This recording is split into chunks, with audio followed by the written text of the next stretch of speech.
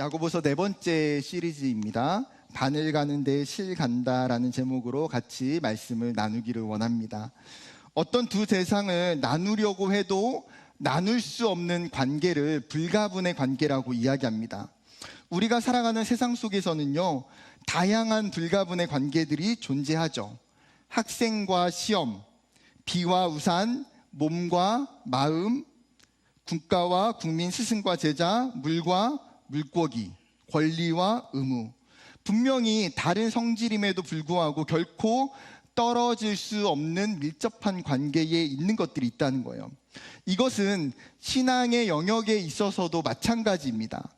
말씀과 기도, 하나님과 예수님과 성령님, 교회와 성도, 고난과 영광 등 여러분 다양한 영적인 불가분의 관계들이 있습니다. 오늘은 이러한 영적인 불가분의 관계 속에서 가장 중요하게 다뤄야 할 것이 있어요. 무엇입니까? 바로 믿음과 행함입니다. 믿음과 행함은 사실 물과 불처럼 정반대의 유형, 정반대의 성질을 가지고 있어요. 그렇다 보니까 사람들은 이것을 하나로 인식하는 것에 대해서 불가분의 관계로 생각하는 것이 어려울 수 있다는 거죠. 사실 종교 개혁을 일으켰던 마틴 루터도 야고보서를 지푸라기 서신이라고 부르면서 굉장히 폄하했습니다. 왜냐하면 야고보서가 로마서 1장에 강조하고 있는 오직 믿음으로 말미암아 구원을 받는다라고 하는 이신칭의의 복음과 대칭되는 것처럼 보여지기 때문이에요. 바울은 로마서 3장 28절과 갈라디아서 2장 16절에 이렇게 이야기합니다. 그러므로 사람이 의롭다 하심을 얻은 것은 율법의 행위에 있지 않고 믿음으로 되는 줄 우리가 인정하노라. 사람이 의롭게 되는 것은 율법의 행위로 말미암음이 아니요 오직 예수 그리스도를 믿음으로 말미암는 줄 알므로 우리도 그리스도 예수를 믿나니 이는 우리가 율법의 행위로서가 아니고 그리스도를 믿음으로써 의롭다함을 얻으려 함이라. 율법의 행위로서는 의롭다함을 얻을 육체가 없느니라. 아멘. 유대인들이 생각하고 있는 것처럼 율법의 행위를 가지고는 자신들의 공로를 힘입어서는 결코 구원에 이룰 수 없다는 거예요. 오직 의롭게 되면 어디에 있습니까? 예수 그리스도를 믿는 믿음으로 말미암아 구원을 받게 된다고 성경은 명확하게 기록하고 있어요. 그런데 야고보 사도는 오늘 어떻게 이야기합니까? 칭의의 믿음으로만은 충분하지 않다는 거예요. 야고보서 2장 24절에 이로보건대 사람이 행함으로 의롭다 하심을 받고 믿음으로만은 아니니라. 여러분 잘 보세요. 24절만 떼놓고 본다면 어떤 느낌입니까? 뉘앙스가 행함으로 의롭다 하심을 받게 된다고 이야기하는 것처럼 들려져요. 그렇다 보니까 마틴 루터가 그 당시에 행위 구원의 종교였던 중세 카톨릭으로부터 믿음으로 말미암아 구원을 받는다라고 하는 이 이신칭의의 복음을 강조하는 것이 루터의 입장이기 때문에 야고보서의 신학을 받아들이는 것이 어려웠다는 사실이에요. 그렇다면 여러분 바울과 야고보의 그 신학이 서로 다른 것입니까? 아니요. 바울과 야고보의 견해는 각자가 놓여져 있는 교회의 상황과 그들이 만나고 있는 성도들 때문에 다른 거예요. 무슨 말이냐면 여러분 바울이 갈라디아서와 로마서에서 칭의를 말할 때에 그는 율법의 행위가 구원의 조건이라고 주장하는 유대주의자들과 싸우고 있었어요. 그런데 야고보는 행함의 중요성을 간과하고 믿음을 교리적 전통으로 바꾸고 있는 교회 안에 있는 정적주의적인 태도와 싸우고 있었어요. 무슨 말입니까? 바울과 야고보는 이것을 이야기하고 있는 싸움의 대상이 전혀 다르다는 거예요. 그렇게 이들이 말하고 있는 행함이라는 것 자체도 차이가 나요. 여러분 바울이 끊임없이 행함이라고 말할 때에 바울이 이야기하는 행함은 무엇입니까? 유대인들의 모습 속에 나타나는 율법주의적인 행함이에요. 그런데 야고보가 말하는 행함은 어떤 행함입니까? 믿음의 근거를 두고 나서 회심한 이후에 살아가는 행함이에요. 즉 그들이 지금 사용하고 있는 이 행함이라고 하는 단어 자체도 다른 생각과 다른 상황과 다른 목적과 다른 개념이 있다는 사실이죠. 그렇기 때문에 여러분, 두 사람의 신학은 서로 대칭이 아니라 상호 보완적입니다. 그렇다면 믿음과 행함이 어떻게 상호 보완적인지를 오늘 말씀을 통해서 살펴보기를 원해요.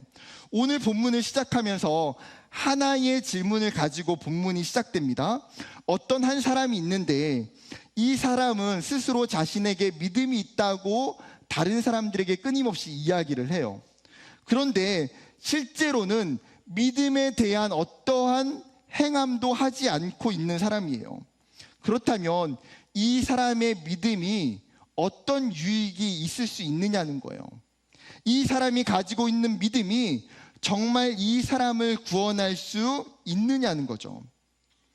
찰스 스윈돌 목사님의 표현을 빌리자면, 운전자가 운전을 할 줄도 모르고 운전을 하지도 않는데 운전면허증만 가지고 있는 것이 무슨 소용이 있느냐는 거예요. 여러분, 이해가 되십니까? 지금 야고보는 흩어진 예루살렘 교회의 성도들에게 행함과 믿음이라고 하는 부분에 대해서 질문을 던지고 있는 거예요. 아니, 왜 불신자도 아닌 신자들, 지금 성도들에게 왜 야고보는 행함과 믿음에 대해서 이야기하고 있는 걸까요? 지금 초대교회 공동체의 모습 속에 불일치가 나타나고 있는 거예요. 지금 초대교회 공동체 가운데 나타나고 있는 이 불일치는 어떤 불일치입니까? 성경이 이야기하고 있는 신앙과 자신들의 삶의 불일치예요. 교회가 가지고 있는 정체성과 자신들의 신앙생활이 지금 불일치한 거죠. 여러분, 신앙이 없는 사람에게 신앙이 없는 삶을 산다고 뭐라고 하는 사람은 없어요. 그것을 불일치라고 이야기하지 않습니다. 전혀 문제가 되지 않죠. 여러분, 프로게이머가 하루에 12시간 게임하는 것이 문제가 됩니까? 전혀 문제가 되지 않아요. 그런데 취준생이, 공시생이 하루에 12시간 게임을 한다? 이거는 심각한 문제예요. 왜요? 자신의 신분과 정체성에 전혀 맞지 않는 행동이기 때문에 불일치죠. 지금 초대교회 안에 복음이 들어갔어요. 초대교회 안에 지금 예수가 들어가고 신앙이 들어갔어요. 그런데 성도들의 삶에서는 지금 너무나 믿음의 편차가 아직 크다라는 거예요. 야고보는 지금 초대교회 공동체를 향해서 그 신앙과 삶의 불일치를 보았어요. 그렇다면 여러분, 우리의 모습으로 돌아와서 야고보가 한국 교회와 한국 교회 안에 있는 성도들을 바라보면서 편지를 쓴다면 이 부분에 대해서 똑같이 이야기하지 않을까요? 한국 교회 안에, 그리고 그리스도인들 안에 믿음과 삶이 불일치하는 모습들이 너무나 많다라는 거예요. 신앙의 본이 되지 못하는 교회, 말씀대로 살지 못하는 성도들로 인해서 교회는 세상 가운데에 비난과 조롱과 질타의 대상이 되어버렸어요. 교회를 다닌다고 그전에는 당당하게 이야기했던 자부심은 사라지고 세상 속에서 내가 크리스천임을 숨기는 현실이 되어버렸어요. 뿐만 아니라 우리 자신조차도 내 신앙과 내 현실의 삶을 보면서 찾아오는 이 영적인 불일치로 인해서 깊은 회의감과 의심들이 있다는 거예요. 정말 내가 크리스찬이 맞나? 정말 나에게 믿음이 있는 것이 맞나? 내가 정말 예수를 영접한 것이 맞나? 내가 정말 예수를 알고 따르고 있는가? 이러한 수많은 의심들로 인해서 신앙의 공격과 위기와 고민이 찾아오더라는 거예요. 여러분, 이러한 모습 자체가 문제가 되지 않아요. 누구에게나 찾아오는 현상이고 고민입니다. 사실 신앙은 이 불일치의 간격을 좁혀가는 과정이 신앙이에요. 성경은 우리에게 지금 믿음과 행함이 일치하도록 요청하고 있다는 거죠. 이것을 설명하면서 야고보는 오늘 4가지의 에피소드를 가지고 이야기를 합니다. 처음 2가지는 부정적인 내용의 거짓된 믿음에 관한 것이고요. 마지막에 있는 두 가지는 긍정적인 내용의 참된 믿음에 관한 에피소드들이에요. 첫 번째 에피소드인 15절과 16절이에요. 어떤 한 사람이 친구에게 도움을 요청하기 위해서 찾아갑니다. 이 친구는 갑작스러운 어려움이 찾아와서 먹을 것도 없고요, 입을 것도 부족한 처지예요. 어려운 상황에 놓여있는 이 친구에게 다른 친구가 위로하면서 어떻게 이야기합니까?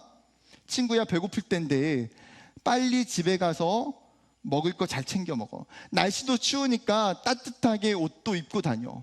마음도 힘들지 걱정하지 말고 평안한 마음으로 지내도록 해. 그 어떠한 도움과 보살핌도 없이 말뿐인 위로가 전부예요. 이 사람의 위로와 공경에 처한 친구에게 여러분, 진정한 위로와 소망과 격려가 될 수 있을까요? 전혀 위로가 되지 않죠. 그런데 우리도 살아가면서 친구들 중에 이런 친구들이 꼭 있어요, 없어요? 있어요. 취업에서 계속 떨어져서 마음이 힘들어하는 친구에게 친구야, 괜찮아, 다음에 붙을 거야, 이렇게 힘들어할 시간에 빨리 정신 차리고 도서관 가서 공부해야 돼. 지금 너가 지금 힘들어하는 것 자체가 사치야. 빨리 정신줄 잡자. 이번에 떨어진 걸 통해서 부족한 걸 좀 더 보완해봐. 남자친구와 여자친구와 헤어져서 정말 힘들어하고 막 눈물 흘리는 친구에게 친구야, 세상에 반이 여자고 세상에 반이 남자야.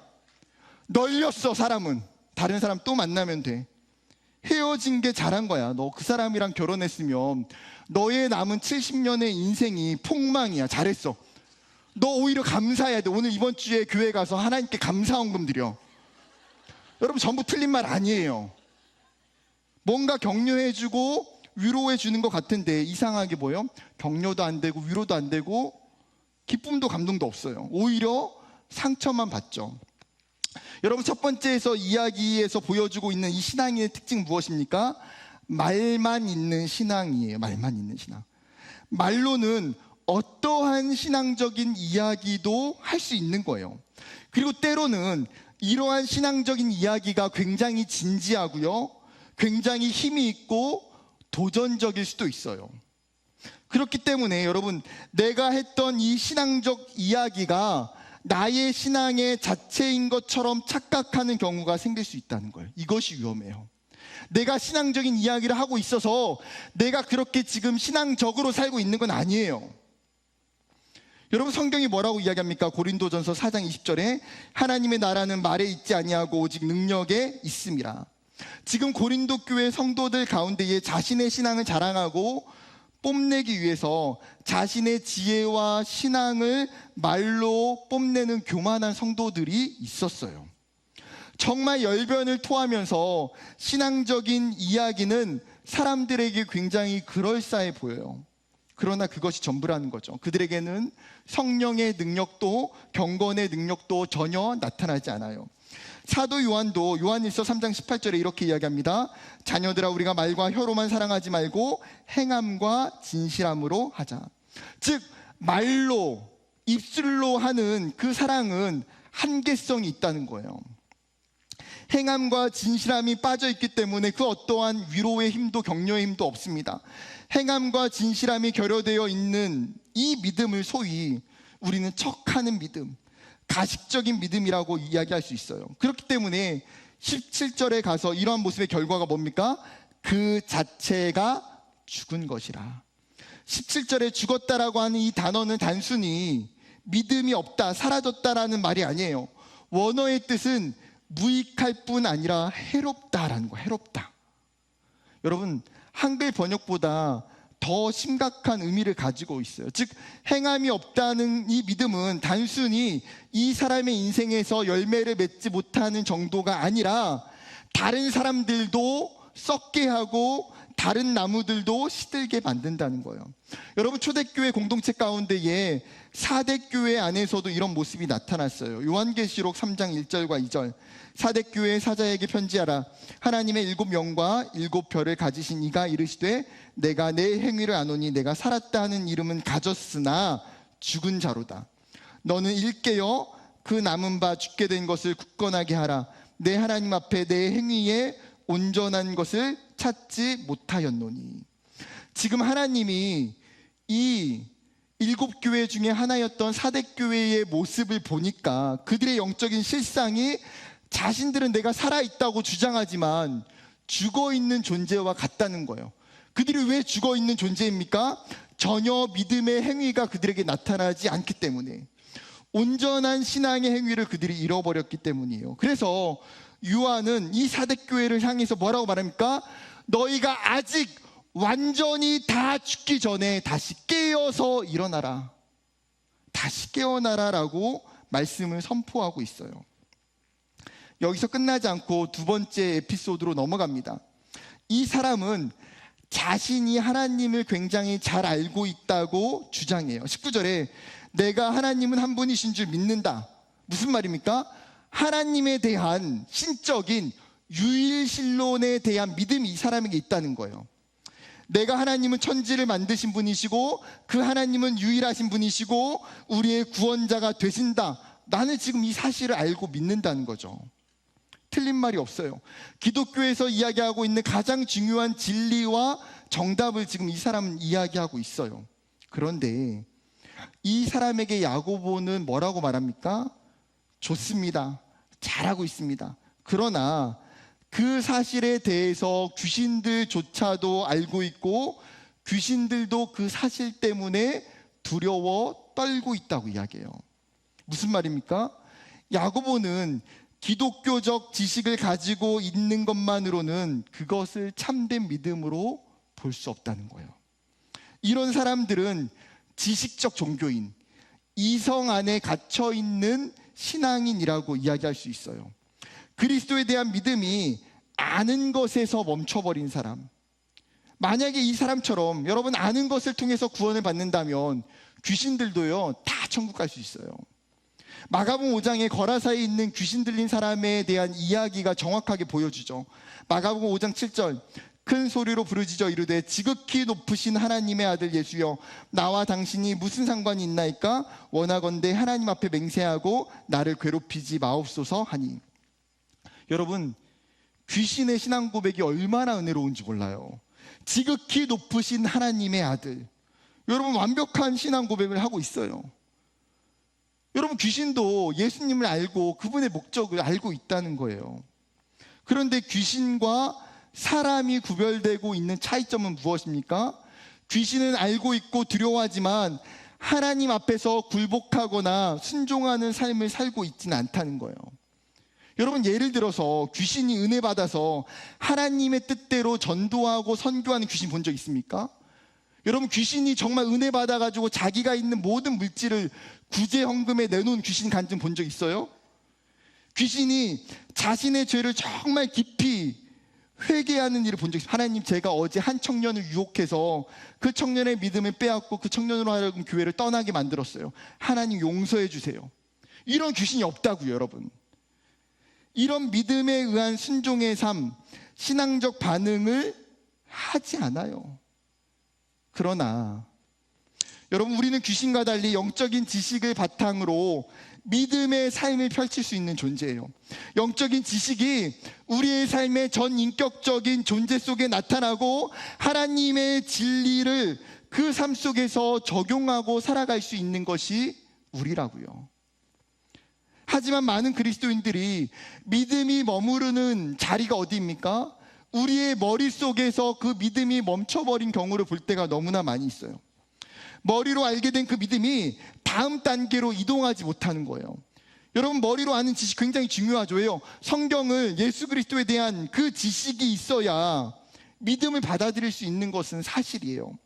그러나 야고보가 말하고 있는 것은 머리에 머무르고 있는 그 믿음이 다음의 단계로 이동해야 건강한 믿음과 신앙이 될 수 있다는 거예요. 사랑하는 청년 여러분, 믿음이 머무는 자리는 머리를 시작으로 해서 그 다음 단계인 가슴에 머무는 거예요.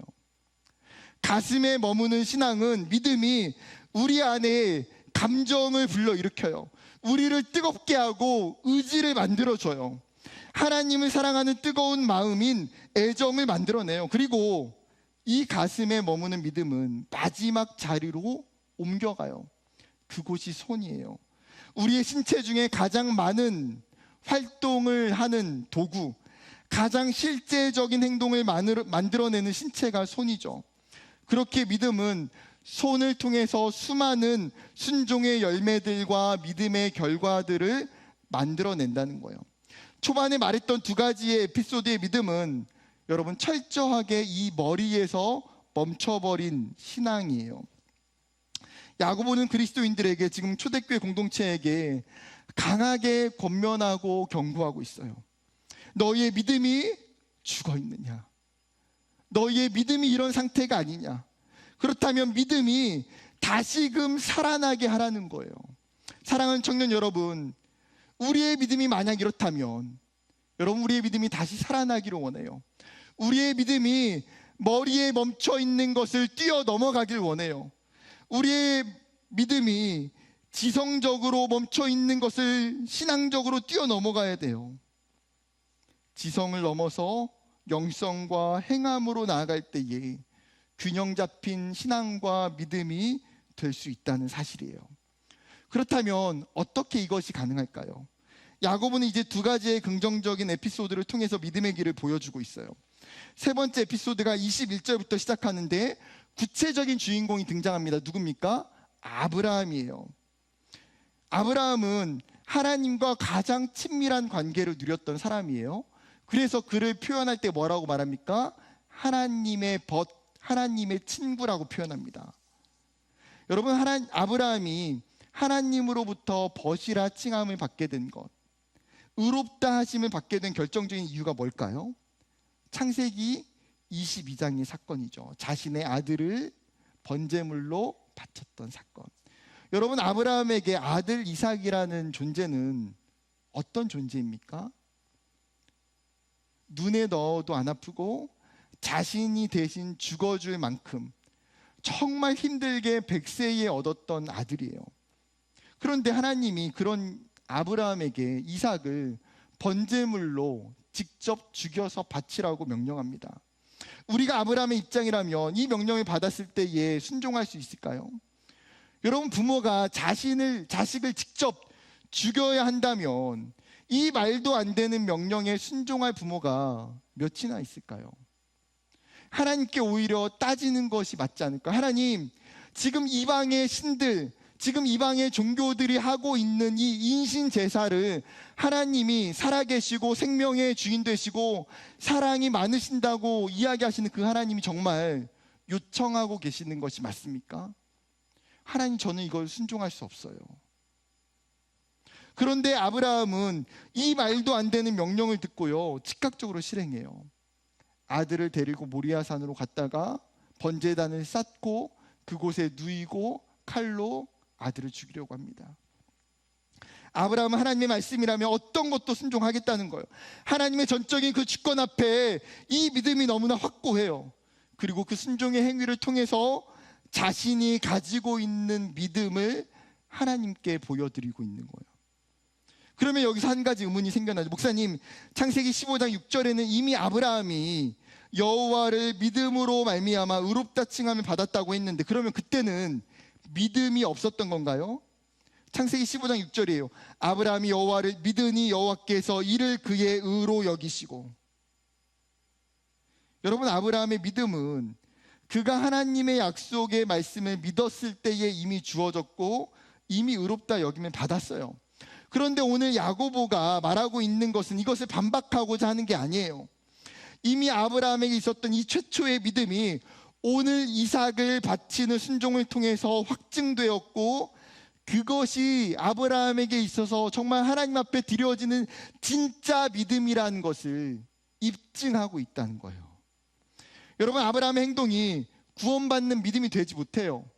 아브라함의 행동 때문에 구원을 받은 것도 아니에요. 아브라함조차도 자신에게 있는 믿음이 실제임을 확증하는 이 시간을 통해서 그의 구원이 확실시 되어지는 것뿐이에요.